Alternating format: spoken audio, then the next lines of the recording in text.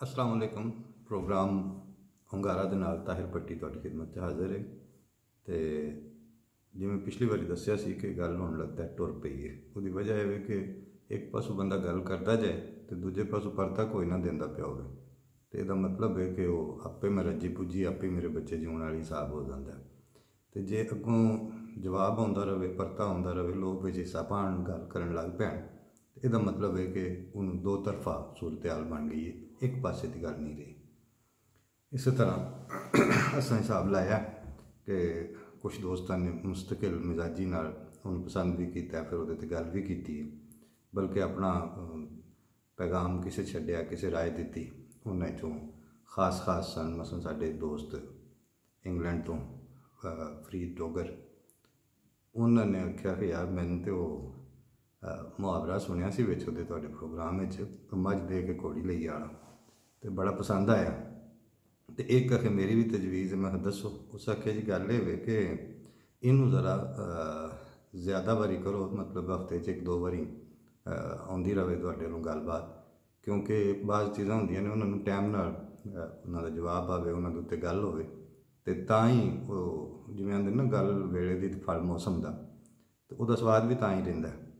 तो उन्हें बड़ा अच्छा एक हमारे साडे दोस्त ने उन्हें मुहावरा सोहना बोलिया, मैं नोट कर लिया जनाब वास्ते, अपने नाजरीन वास्ते, कि आखिर टिंडा बंदियां वारी ना निकल जाए। साडे बहुत सारे नवें सुनने वालों या नवी नस्ल वाले उन्होंने ये नहीं पता, क्योंकि उन्हें मेरा ख्याल है कि वो ट्यूबवैल तो वेखे लेकिन खूह गिरते नहीं वेखे। खूहों दे विच टिंड गिरती सी गुलाई दे विच, वो जिहड़ी थल्लों भर के, तो वो जिहदी वारी होवे वो फिर एक बारी पहलां टिंडा चैक करते सन कि विचों खाली ना आउण, तो वो जिहड़ी कोई टुटी होवे या खराब होवे या उन्होंने बन्ननी या नवें सिर तो रस्सी नाल बन के, ताकि वो हर टिंड जिहड़ी पूरी तरह खाल च पवे तो इन पानी अगे चलदा सी। तो वो बाज़ दफ़ा अगर कोई बंदा इंतजामात और प्लानिंग करद्या करद्या वक्त लंघा जाए तो वो आंदे सन कि भाई टिंडा बंदियां वारी ना निकल जाए। इस तरह उन्होंने घर दे विच माहौल चंग होंदा, मतलब कि लोग जिहड़े ने वो अपनी बोली नूं लैके चल रहे होंदे ने। उन्हें अपनी बेगम का दसिया कि वह बच्चे नमाज वास्ते इकट्ठे हो गए, तो दो तिना घर के होने ने, तो दो आउन तो त्रै नस जान, फिर दोनों फड़ के लियाओ तो फिर वो दो नस जान। तो उन्हें आख्या कि ये डडुआं की पंसेरी है, ये किहड़ा एड्डी छेती तुल जानी है। हुण ये डडुआं की पंसेरी जिहड़ी इन्नी मतलब है कि डडुआं नूं तोलना, तो वो 10 रखोगे तो 2 छाल मार के फिर निकल जाण दे, उन्होंने फड़ो तो 3 होर निकल जाण दे। मैं इंज सोचता सा पिया कि मैं निरा मुहावरा जिहड़ा है इंज नहीं हुंदा कि असां बोलिया तो उहदी पिछे तारीख नहीं हुंदी, हर चीज़ की हुंदी है। उहदे फिर मैनूं मुन्नू भाई का मिसरा याद आया कि उन्होंने उस जमाने लिखिया सी कि पुट्टो दी धी तोलन बैठी भरी तरकड़ी डडुआं दी। वो हार्स ट्रेडिंग तो जी वो बाद लोटा हो जाना जोड़ा वो इत्थों ही निकली है गल कि वो 2-4 मैंबर फड़ के लियाने तो 2-4 नस जाने, वो भी यही होंगी है डडुआं की पंसेरी वाली गल ही है। बहर रेडियो जो मैं सा तो उत्थे मेरा एक तरीका सी कि जोड़ा कोई प्रोग्राम के गाना चलता सी तो बाद असी उस गाने पर गल जरूर करी दी सी। बाद जो माइक ले मतलब गाना बंद होंदा, फिर उसके बाद माइक वापस स्टूडियो जाता होस्ट को प्रेजेंटर को, तो मेरी अमूमन आदत सी कि मैं उहदे नाल ही मुतलका कोई ना कोई गल करनी। वो एक दिन मशहूर जहा गाना नूर जहां दा वो जिहड़ा सानू नहर वाले पुल ते बुला के, तो उहदे ते जो गाना खत्म होया मैं आख्या यार ये नहर दा पुल जिहड़ा है सिर्फ उन्ना ही नहीं जिहड़ा फिल्म जो नूर जहां ने गा छड़िया। नहर दा पुल साडी जिंदगी दे विच हर जगह ते मौजूद हुंदा है कि मसलन अगर तुसीं प्लंबर नूं बुलाया है घर काम करवाने वास्ते, तो वो टाइम ते नहीं आया तो उन्हें भी नहर वाले पुल की वायोलेशन की, वह उन्हें लिहाज या कार्य तो पूरा नहीं उतरिया। इस तरह जे तुसीं अपना बच्चा तुहाडा घरों पढ़न गया तो अगों नस गया स्कूलों, तो उन्हें भी नहर वाला पुल जिहड़ा उहदा लिहाज नहीं किया।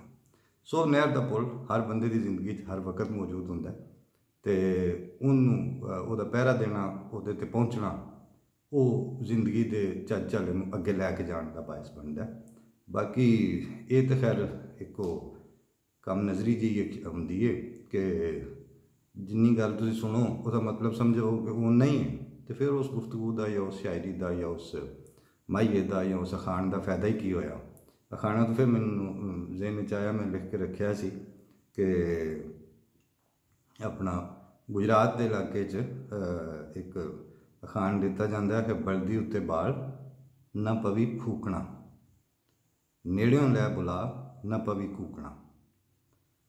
यानी अग जो बलदी पई है तो वो उत्ते नाल तीला तीला धरते रहिए, लकड़ी नवीं नाल जोड़ते जाइए उत्ते उत्ते, तो वह बलदी अग नूं मजीद बालते रहिए। तो फिर फूकां नहीं मारनियां पैंदियां, जो फूकां मारनियां पैंदियां ने फिर धुआं पैंदा, फिर अखां चों अथरू भी निकलते हैं, चंगा औखा हो के बुझी अग नूं दोबारा बालना पैंदा। तो जे बलदी उत्ते बाल ना पवी फूकना, नेड़ियों लै बुला ना पवी कूकना। एक बंदा अगर तुहाडे नेड़े ही है तो उत्थों उन्होंने आवाज़ दे लो तो वो पूरी जी आवाज़ नाल ही बंदा परत आउंदा है, लेकिन जिसले दूर टुर जाए फिर कूकां मारनियां पैंदियां।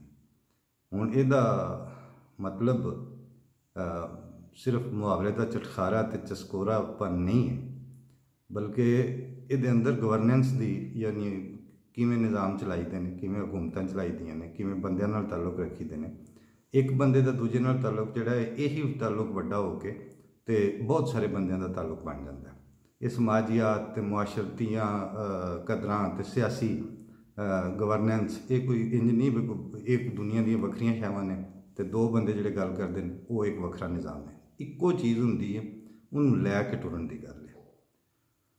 और मैनू तो खैर इस प्रोग्राम नूं जदों मैं कर रहा हुन्ना या इहनूं सोच रहा हुन्ना तो एक गल हमेशा ज़हन च हुंदी है कि ये गल्लां दा चटखारा नहीं है, ये गल्लां दा चस्का नहीं है, ये असल सारियां दे करने वाले काम सन।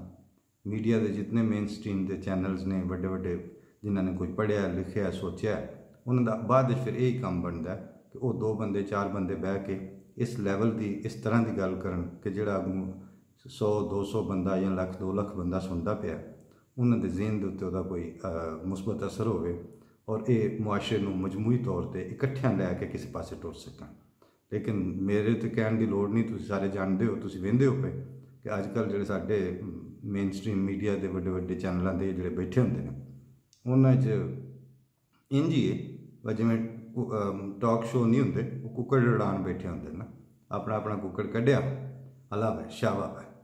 और एंकर का काम किसी मौजूद नूं लैके टुरना या किसी समत का तयन कर लेना, ये कोई हर्ज नहीं, लेकिन वह शिशकारे मारना, वो गल करता पे हो तो बराछां चो पता पे लगता हो ये किसी इंदा दिल है भी हुणे कुक्कड़ लड़न, तमाशा लगे, बंदे वेखण, बल्ले बल्ले हा हा हा। तो साडे प्रोग्राम का कभी भी ये मकसद ना हुंदा है, ना इंशाअल्लाह इंदा कभी होवेगा।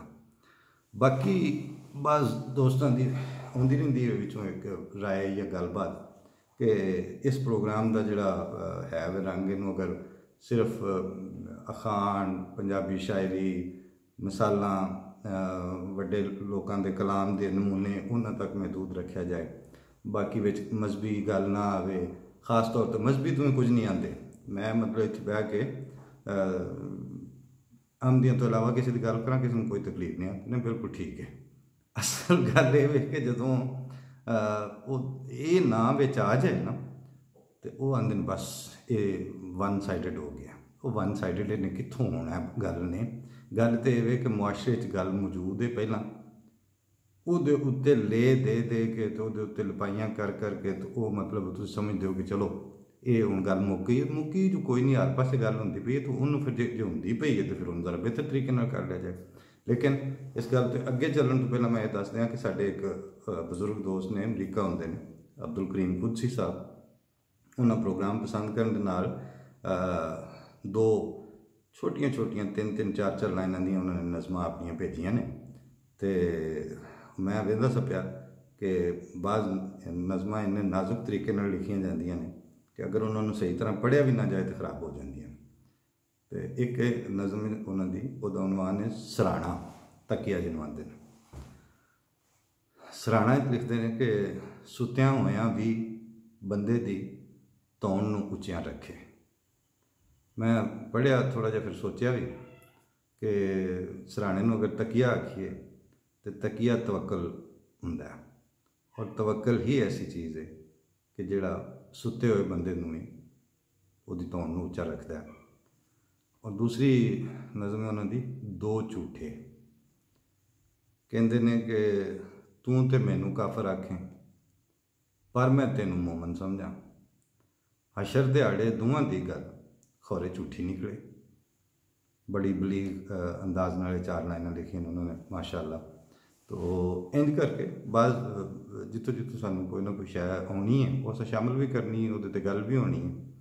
तो गल वापस आउंदी आउंदा मतलब असल जिथे छड्डी सी जिद्दों नज़म अल गए सन वो ये ही सी कि सहिंदियां सहिंदियां इहदे च जिहड़ी मुआशरे च मौजूद सच्चाइयां ने, जिहदे मुआशरे च मौजूद लोग ने, उन्हां दे उत्ते गल करन नूं हराम ना किया जाए।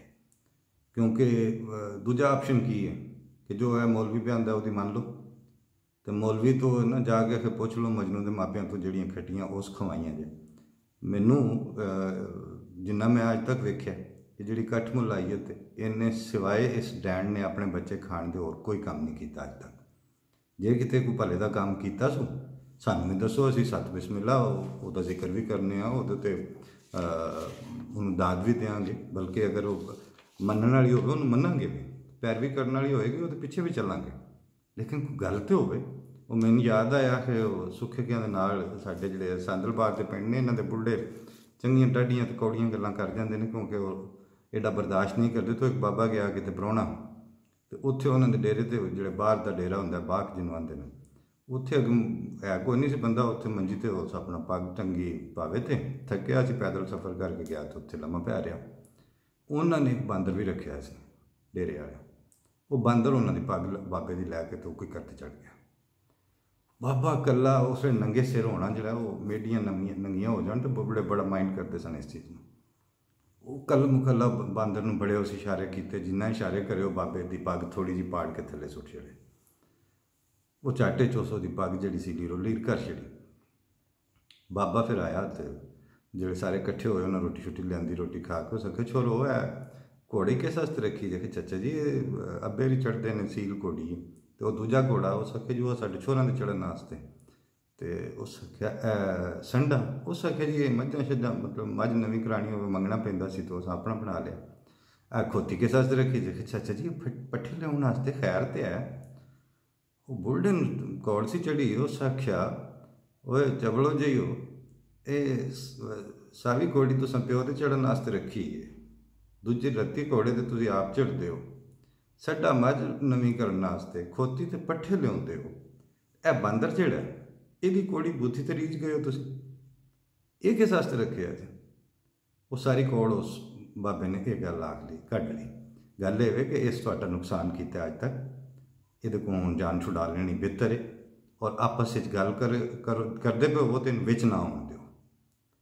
इनू इहदी रेट नूं आप पब्लिक की सतह पर माइनस करो, विचों इनू आखो निकल पासे, तो असीं आप गल करनी है एक दूजे नाल। आप पढ़ना है, असां आप सोचना है, और अपनी सोच, अपने दिमाग, अपनियां मिलन वर्तन उन्होंने अपनियां शरायत ते वापस लियाओ। ये जरूरत है साडे मुआशरे में बहुत ज़्यादा, और यही साडी तरक्की की रस्ते रोक है असल बेसिक। बाकी जिहड़ियां ने वो गल्लां आगामी होंदियां रहणगीयां। छोटा जिहा प्रोग्राम हुंदा, थोड़ी थोड़ी जी टाइम दे विच एक एक मसले नूं टच करके अगर निकलदियां जाईदा। जिहड़ी चंगी माड़ी तुसीं करोगे वो सानूं कर दिओ, असीं इंशाअल्लाह वो भी पेश कर देंगे। अल्लाह दे हवाले अगले हुंगारा प्रोग्राम तक इजाज़त दिओ। इंशाअल्लाह जल्दी मुलाकात दोबारा होंदी है। अस्सलाम वालेकुम वरहमतुल्लाह।